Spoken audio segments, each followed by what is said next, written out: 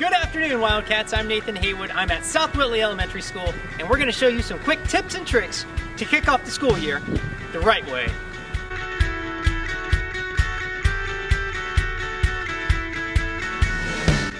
One of our favorite days is back to school, and we traditionally have a back to school night.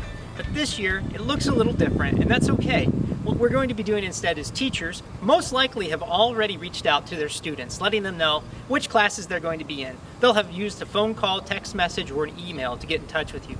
But if you haven't received that information, make sure you reach out to us. We want you to know who your child's teacher is, and we want this to be an easy transition for you as a mom and a dad. If you haven't updated that contact information with us, be sure to do that right away as well. Student pickup and drop-off is relatively similar to last year, but for those of you who maybe it's your first time, let me go through that with you real quickly. You're going to be entering into our parking lot using Wayne Street, and Wayne Street will come directly into our parking lot, and you'll follow the arrows around the school until that you come to the pickup drop-off area, which you can see right here behind me. In that area, we hope that you'll be able to drop off your students using the passenger side. Please don't allow any students out of the driver's side. We want everyone to be safe, and we don't want anyone to cross traffic. If you're a walker, make sure you're on the sidewalk as you approach the building. Once you've picked up or dropped off your child, you'll be able to drive forward with the regular flow of traffic. We ask you go slow during this time and watch for pedestrians because we do have plenty of walkers.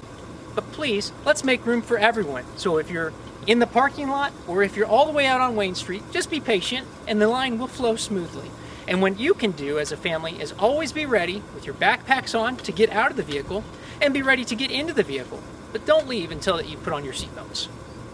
Let's talk about bus pickup and drop-off. That'll be happening directly behind me, just a little further down between our elementary school and our junior-senior high school. At Whitco Community Schools, it is required that all students and staff wear a mask while on transportation.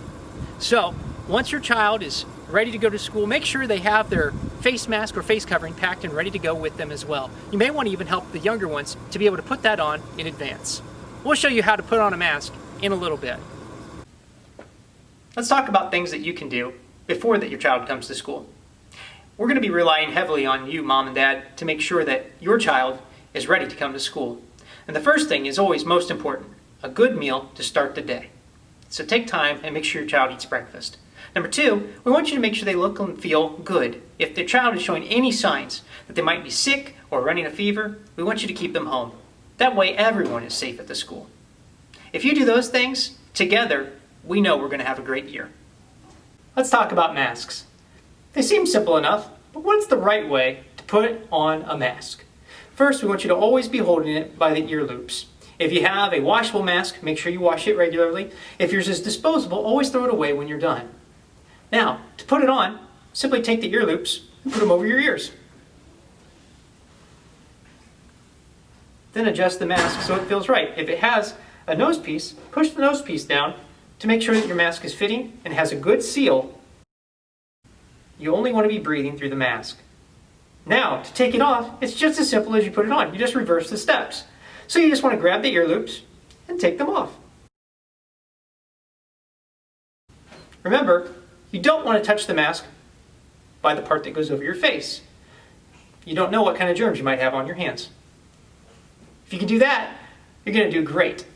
You may be wondering why I'm down here. Well, while the lunchroom is really important, the seats are what we're talking about right now. And you might notice that there's red tape on some of the seats, and there's not on others. The seats without the red tape, those are okay to sit in, and your student will be allowed to sit in those seats during the lunch period. But for seats that have red tape, those are places where you're not supposed to sit. That allows us to create social distancing during the lunchtime to help everyone stay safe. When participating in art, gym, and music, our students are going to be traveling in what's known as a cohort.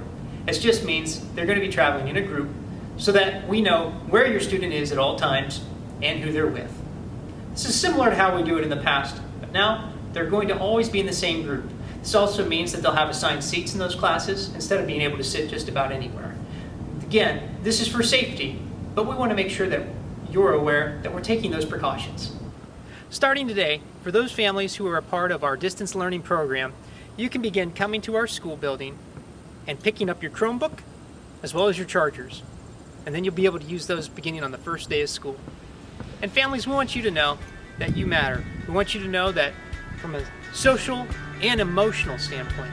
We care deeply. We care about your children, and we want the best for each and every one of them. And that's why we're working hard to help keep everyone safe. We want everyone to have a great year at South Whitley Elementary, and we want everybody to feel positive about the school that they're going into. And so we're here for you. Let's make it a great year. We'll see you on the first day of school.